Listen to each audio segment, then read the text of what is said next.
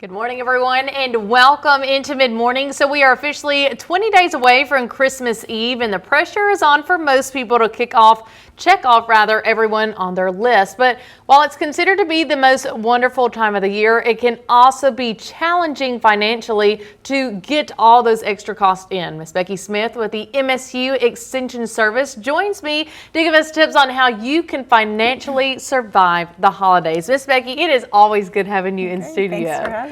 Okay, so I guess my first question will be, is there one rule that can really be the first rule that we follow to help us financially survive the holidays? Ooh, just one. Just one. Certainly managing expectations with the people around you so that we're thinking about and being intentional about the spending that we do make. Okay. So we want to always tell people, think about your future self. So January's going to come. Yeah. February, March. So giving ourselves the gift of being less in debt or debt-free is also really important. So, but also then we're trying to this tension of trying to, make experiences wonderful. And we have such a mindset of like, buy. And like we're inundated right now with all the deals that are out there and we're just constantly hit. And then I feel like in a world today, we have so many influencers that are pushing out products that I don't feel like you would normally see. It can be so much coming in and then you feel a little left behind. Yeah, absolutely. And then we start, that's the way our brains are. We start comparing and then we start getting into the scarcity mindset and we're like, we don't have enough of this. And then we start making poorer decisions. Okay. So keeping ourselves as this doesn't sound like normal financial advice, but getting enough sleep. Okay. Taking care of yourself and getting exercise and eating mostly healthy. Right? That's going to help us stay out of that scarcity mindset and help us make better decisions all around, including better financial decisions. So when we're making those decisions, I know we said we need to know we're staying in our means. As a family, though, do you need to have a conversation possibly with your partner or really your kids about your financial status? Well, always being able to communicate about money is really helpful. It's a gift to give to our kids. Yes. And it isn't one that is, we're intuitive because we've been taught, don't talk about money, don't talk about, all of this. But it's a taboo topic. And so some of us don't have what we would call a good relationship with money ourselves. Yeah. Right? And then we've come from homes where it's not been modeled well, and so you got to learn how to do it. So learn how to have that money conversation and build our relationship with money ourselves. And then, the partner, they've had their own pathway into it. And so money disagreements can be challenging. They're the toughest ones, the longest ones, the most difficult. So it's uncomfortable, but it's one of those things where you really have to do it. Kind of lay it out on the table. Yeah, for sure. And so being honest with your kids about what's really happening, because they're part of the family, right? They're part of the team, and they want to see, they want to be valuable members of the team. So being able to say, listen, we're on this team together, and I'm going to need you to, we're going to need to set reasonable expectations. Yes. And buying stuff is great, and we all like stuff, right? But really the experiences that we have for gifts is something you can't buy, pretty much. Well, guys, we'll speak about those experiences when we come back. Stay with us. Welcome back, everyone. Miss Becky Smith is joining me in studio to give us some financial advice this holiday season. So we talked about communication and really looking at your family as a whole unit, even your children.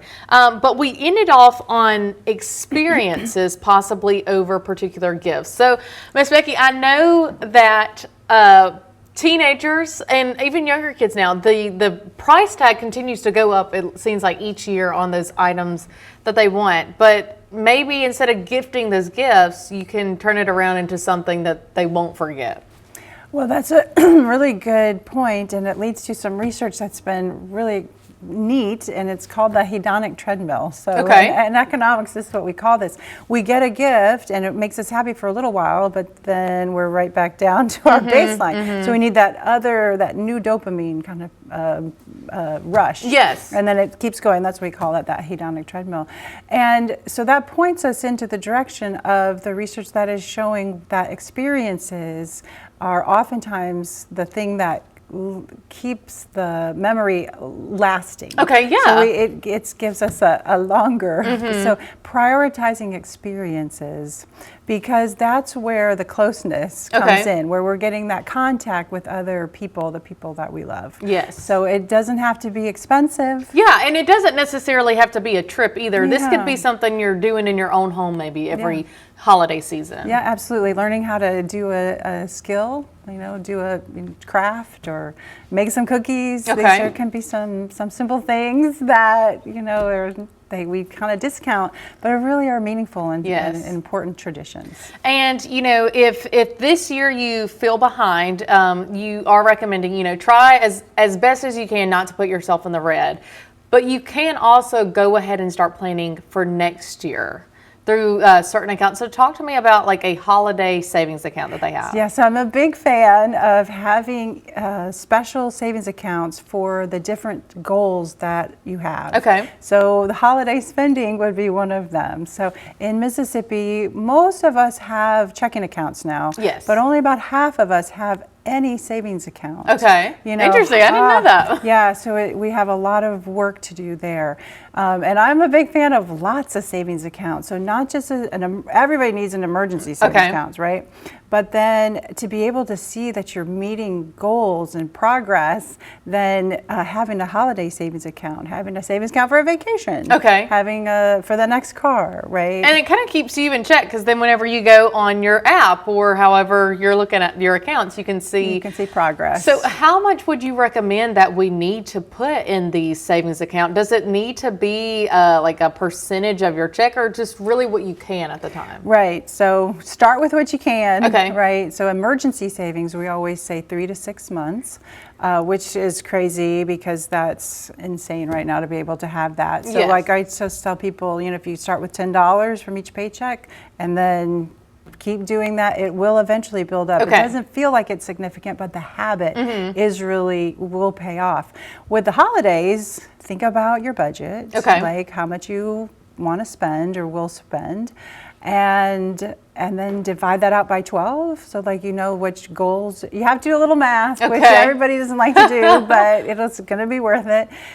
Or if you get paid twice a month, divide it by the number of paychecks that you get, and then have it as best you can automatically put away into the different savings accounts so that we're not freaking out. And I want to let our viewers know before we wrap up, if they need any help, Mississippi State's Extension Service, you are here to help Mississippians all year round. Yes, absolutely. So that is my job. That's what I get to do. Exactly. And then I work with a whole team of extension agents across the state. Okay. So in every county, we have a resource. So yeah, absolutely. And then not just for finances, but also a whole team. Yeah, for like healthy living and family, correct? Yes. So they got a lot of stuff there. But guys, you can survive the holidays, Miss Becky. It's always a pleasure having you in studio. Thanks, guys, we'll be right back after the break.